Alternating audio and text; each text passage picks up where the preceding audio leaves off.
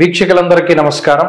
2024 September మాసంలో మకర రాశి వారికి ఏ విధమైనటువంటి ఫలితాలు కలగబోతున్నాయో ఈ కార్యక్రమం ద్వారా చాలా విపులంగా తెలుసుకునేటువంటి ప్రయత్నం చేద్దాం. ముఖ్యంగా ఈ మాసంలో 17వ తారీఖు రవి యొక్క మార్పు కన్యా రాశిలోకి జరగబోతూ ఉన్నది. 19వ తారీఖు నాడు శుక్రుడు తులారాశి ప్రవేశం చేస్తారు. 24వ తారీఖు బుధుడు కన్యా ప్రవేశం చేయబోతూ ఉన్నారు. అంటే ఈ 3 గ్రహాలు మాత్రమే ఈ మాసంలో మార్పు చెందుతూ ఉన్నాయి. మిగతా గ్రహాల యొక్క స్థితిగతుల్లో కానీ వక్రగతుల్లో కానీ ఏ విధమైనటువంటి మార్పులు లేవు. ఇందులో ప్రధానంగా మకర రాశి వారికి ప్రత్యేకించి పంచమ స్థానంలో ఉండేటువంటి గురుడు యోగిస్తూ ఉన్నారు, షష్ఠ స్థానంలో ఉండేటువంటి కుజుడు యోగిస్తూ ఉన్నారు. ఈ రెండు కూడా ప్రధానంగా అనుకూలించేటువంటి గ్రహాలుగా ఉన్నాయి. ప్రతికూలించే గ్రహాల్లో ఏలినాటి శని ప్రభావం ఉన్నది. అష్టమ రవి యొక్క స్థితిగతులు ప్రత్యేకంగా కనబడుతూ ఉన్నాయి. అంటే 2 ప్రధానమైన గ్రహాలు యోగిస్తూ ఉంటే 2 ప్రధానమైన గ్రహాలు ప్రతికూలంగా ఉన్నాయి. ఇది 17వ తారీఖు వరకే రవి ప్రతికూలత. 17 దాటిపోయిన తర్వాత రవి గ్రహం ప్రత్యేకించి కన్యా రాశిలోకి వెళ్ళిపోతే ఈ అష్టమంలో ఉండేటువంటి రవి దోషం ఉండదు. అందువల్ల మెజారిటీ ప్లానెట్స్ 17 తారీఖు దాటాక యోగిస్తూ ఉన్నాయి. కాబట్టి గత మాసంతో పోల్చుకుంటే ఈ మాసం కొంత అనుకూలమైనటువంటి ఫలితాలనే మకర రాశి వారికి ఇస్తూ ఉన్నది. ఎందుకంటే కుజుడు ప్రధానమైనటువంటి గ్రహం.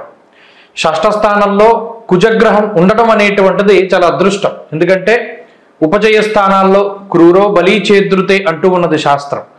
క్రూరమైనటువంటి గ్రహాలు ఉపజయ స్థానాల్లో గోచారంలో యోగిస్తూ ఉంటాయి. కాబట్టి అందులో కుజుడు లాంటి ప్లానెట్, గురుడు లాంటి ప్లానెట్ 5, 6 స్థానాల్లో యోగించడం అనేటువంటిది ఒక మంచి విషయంగా చెప్పచ్చు. దీనివల్ల ఏమవుతుంది, పంచమ స్థానంలో గురుడు ఉండడం వల్ల అర్ధలాభం తదైశ్వర్యం స్వకర్మరతి హర్షితం అంటూ ఉన్నది శాస్త్రం. ఇది గురుడు యోగిస్తూ ఉన్నది ఇప్పటి నుండే కాదు, మే దగ్గర నుండి యోగిస్తూ ఉన్నారు. అయినప్పటికీ ఆయన ఫలితాలు పూర్తి స్థాయిలో ఉంటాయి. ప్రత్యేకించి ఆ మారినటువంటి 3వ నెలలో గురుడిచ్చేటువంటి ఫలితం మంచిగా వస్తుంది. అందుకని సెప్టెంబర్ మాసంలో ఆ గురు బలం అనేటువంటి ఆ ఫలితం మకర రాశి వారు చూస్తారు. అంటే ఆర్థిక పరిపుష్టి, ఆరోగ్యాభివృద్ధి, సంతానాభివృద్ధి, వంశాభివృద్ధి, కుటుంబాభివృద్ధిలో ఏదైనా అభివృద్ధి పదంలో ఉంటాయి. అంతేకాక యజన కీర్తి గృహ కాంచన పుత్ర వస్త్ర అశ్వాధికారకుడు గురుడు కాబట్టి వాహనాలు కొనుక్కోవడం, బంగారం కొనుగోలు చేయడం, గృహం కొనుగోలు చేయడం, వస్త్రాలు, వస్తువులు ఇటువంటి వాటిని కొనుగోలు చేసేటువంటి పరిస్థితుల్లో ఈ రాశి వారు ఉండబోతూ ఉన్నారు. అలాగే షష్ఠ స్థానంలో కుజుడు మరీ ముఖ్యంగా అర్ధలాభో ధాన్యలాభ ధనలాభ యశస్తథ. షష్ఠ స్థానంలో కుజుడు ఉండడం వస్త్రలాభో ధాన్యలాభ ధనలాభ యశస్తథ.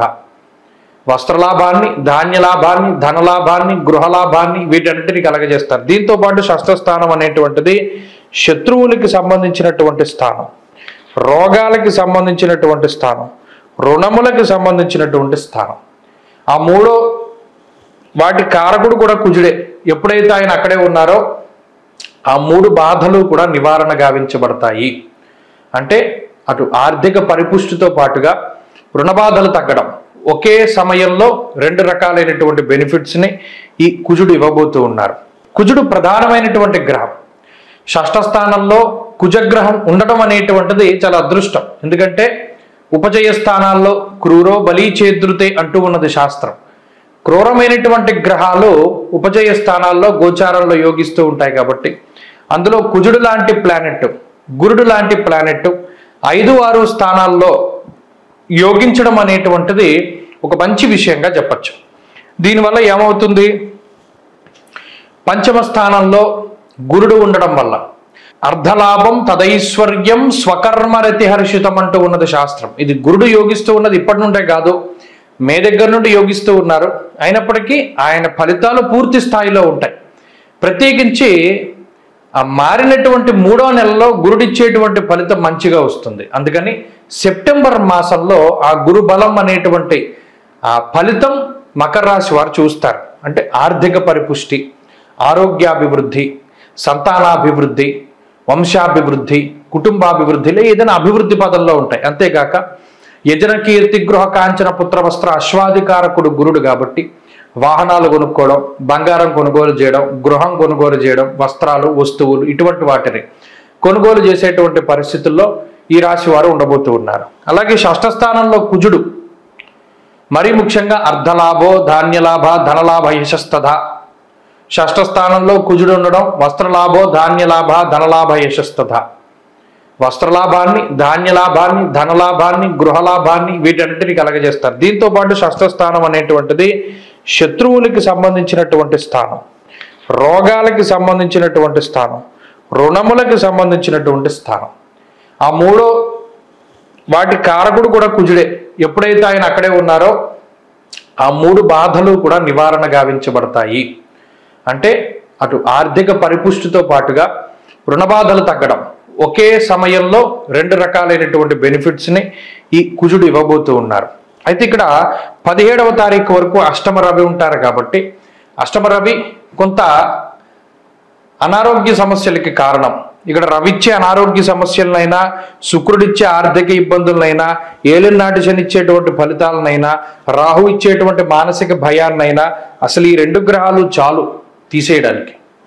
కాబట్టి మిగతా గ్రహాల వల్ల ఏదైనా ఇబ్బంది వచ్చినా కూడా కొంతకాలం అనుభవించేసరికి ఈ రెండు గ్రహాల తాలూకు శుభ ఫలితాల వల్ల ఆ దోషాలన్నీ కూడా తగ్గుముఖం పడతాయి.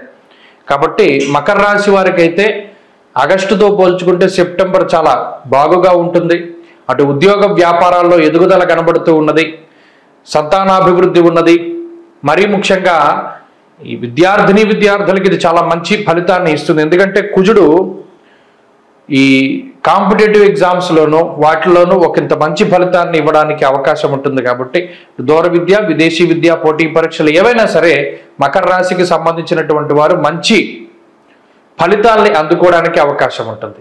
ఇక ఈ రాశి వారు ఈ మాసంలో సెప్టెంబర్ నెలలో మరింత అనుకూలమైనటువంటి ఫలితాలని సాధించడానికై ప్రత్యేకించి ఈ రాశి వారు శ్రద్ధ చూపించవలసినటువంటిది ఏలినాటి శని, అష్టమ రవి యొక్క దోషాన్ని తొలగింపజేసుకోవడానికి. ఇవి రెండింటి కోసమే కష్టపడాలి.